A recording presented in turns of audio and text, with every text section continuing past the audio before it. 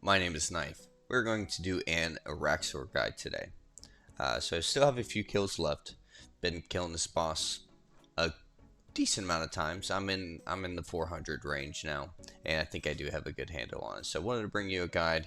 If you have any questions, leave a comment. I'll be sure to respond. And let's get right into it.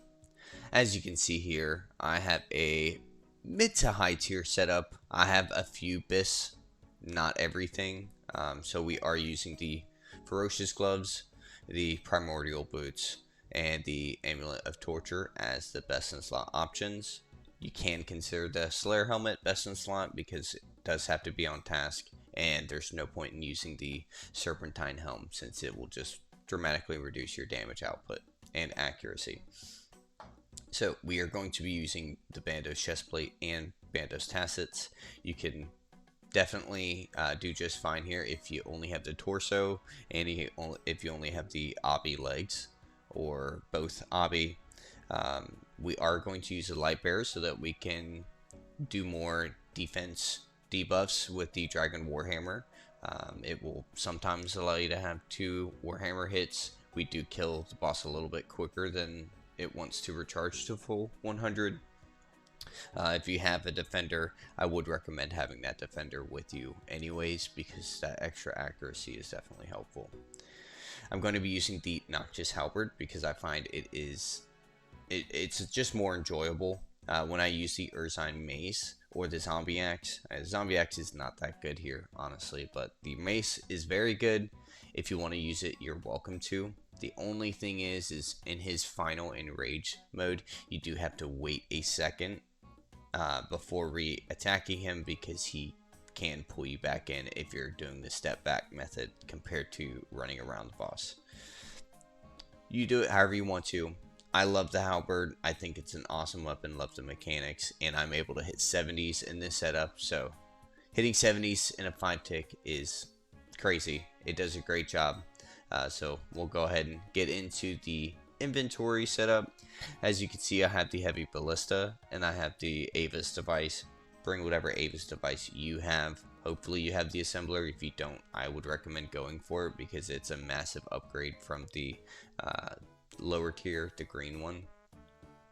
You'll want to have 4 prayer potions if you're doing it my method, because we are summoning thralls and it does consume about 6 prayer points every time.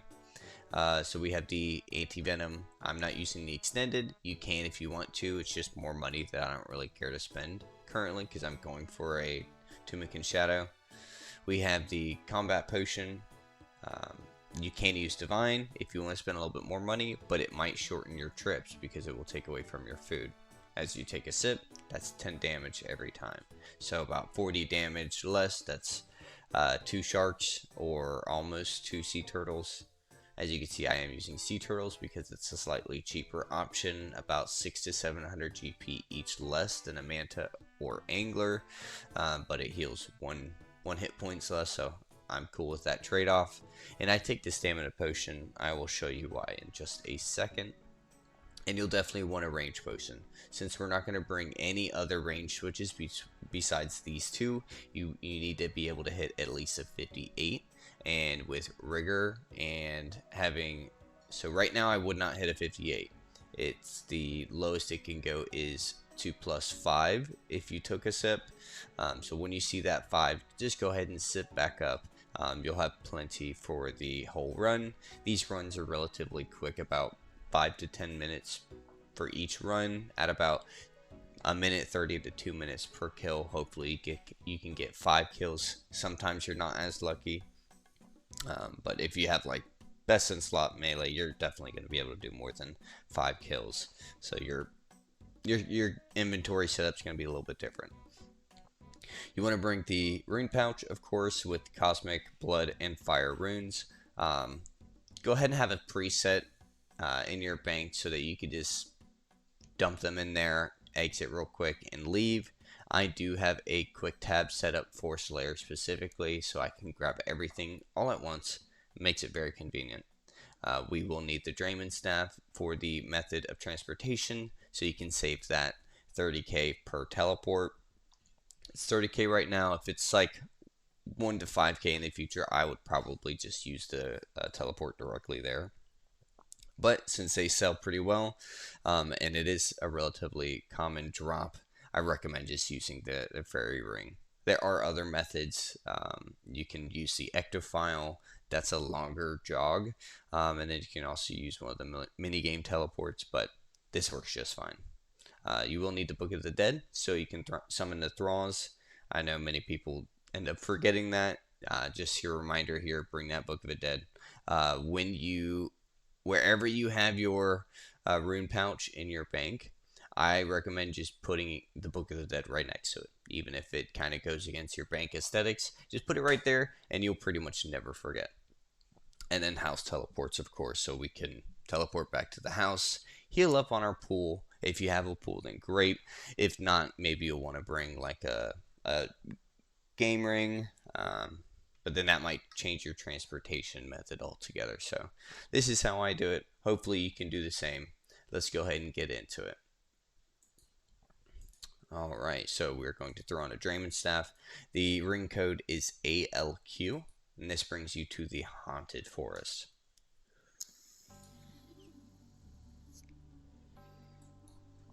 Alright, so as you can see, we do have to make a slight jog all the way over to the spider cave. That's why I bring the 1 sip stamina potion. You can have the decanter guy create the 1 sips so you don't have to put it back in a bank or have that inventory slot taken up. So you just automatically have 1 free for the first drop if you don't end up taking enough damage to eat.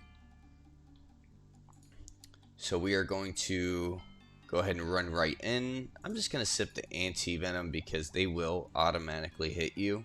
Sometimes, depending on how many of them hit you at first, it can definitely venom you and put you at a deficit as soon as you start the fight. The more hit points we have, the better. Okay, so I'm going to run in, throw on Piety. Let's try out the melee. I do normally use the Ranger, so it can help me with the minions, but if you're staying potted up, you won't have any issues with it. Let's go ahead and dump a Warhammer spec. So I missed on that one. We'll go ahead and shoot this guy real quick. Throw that Warhammer back on. And that was without Piety, but I did hit pretty well. Max hit, I believe, in this setup with the Warhammer is going to be 83. That's a great way to start off the fight, especially if you hit 2 80s or like a 70 and 80. It's going to make the fight really quick. Alright, so just click right here. It'll put you in the best position for the Ruptura. So as soon as he readjusts, you run away. And then that's a guaranteed 80 since he had to walk within Araxxor's hitbox. And we'll get back into this position. Let's summon up the Ranger, see how that one performs. I don't think there's much damage loss between the two, but the Ranger works really well. So I could eat here, but I'm going to choose not to. And I'm doing that so I can do more damage to the boss quicker. Because every time you eat, it will delay your next attack. Alright, so I went ahead and was anticipating this guy. Because if you do a good hit when he's around the 20s, yep, so it's under 25, he will go into his enrage mode. So in this phase, you just walk 2 tiles, you cut that corner, walk 2 tiles, just like so. So with the 5-tick weapon, you will have to every now and then skip a hit. See how I waited for that one. And he just finished him off for me, and that is a very efficient kill. That went well. Let's see what the time was. Oh, that was efficient, but not fast. So, because I didn't hit the first Dragon Warhammer, he was at a 30% decrease in defense. But that happens. Not everyone's not all of them are fantastic kills. As long as you're around that 2-minute mark, you're doing just fine. Okay, so we are going to pray melee. put up the piety. Let's go ahead and summon a ranger thrall. I missed the first one again, so we'll just leave the hammer on. Let's go ahead and send one more hit. There we go, I did get a hit. It's very rare for you to... There we go. So, if you let him get too close to you, he will start doing damage. This kill's a little messy. My inventory was not set up how I wanted to because I did oversupply. I'm going to be eating here. Let's shoot that guy. Throw that back on. Let's eat again. And then let's sip another venom. There we go. Of course he wants to do that again. See how it gets all messed up if you walk under him. So try not to walk under him if you can. Alright.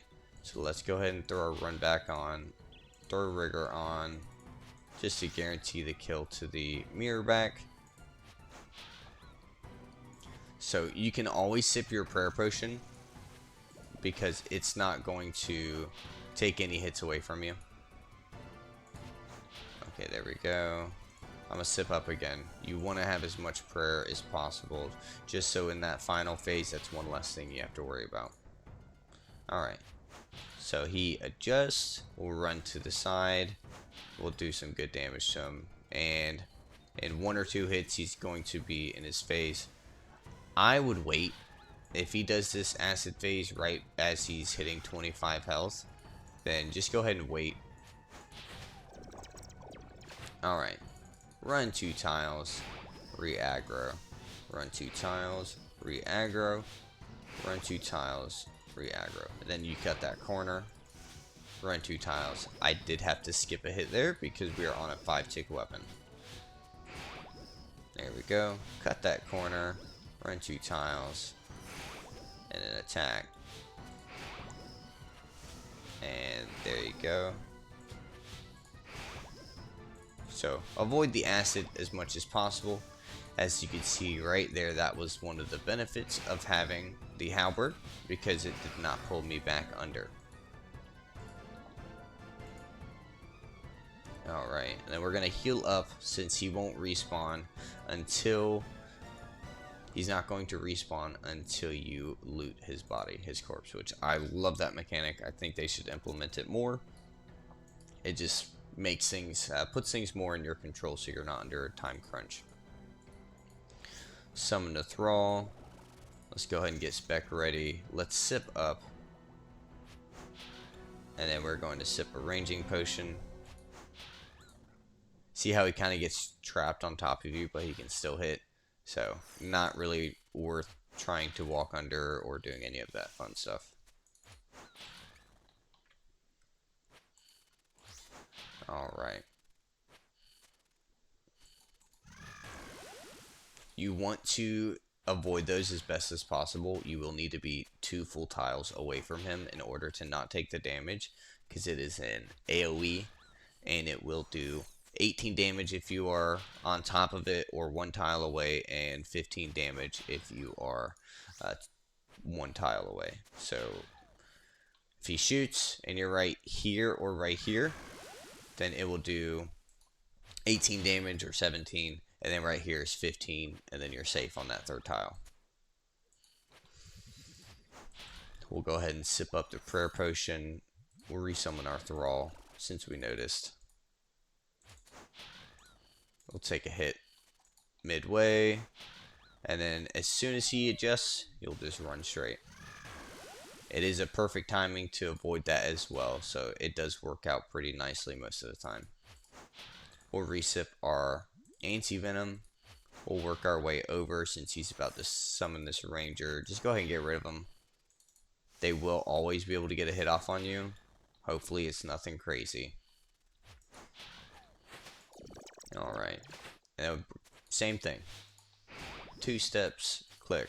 2 steps, click. We're going to have to miss this one. 2 steps, click. Cut that corner. 2 steps, click. You will hop over that acid pool since your player won't be counted as walking over it. Just rinse and repeat.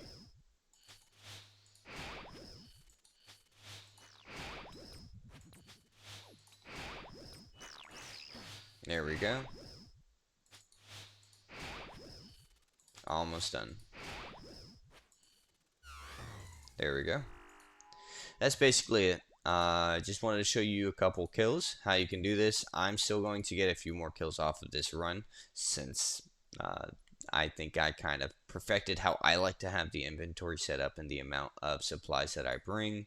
I could probably get, if the supplies last me, a good 3 more kills, maybe 2. We'll just have to see. But thanks for joining, thanks for watching. Hope you have a wonderful day, and bye bye for now.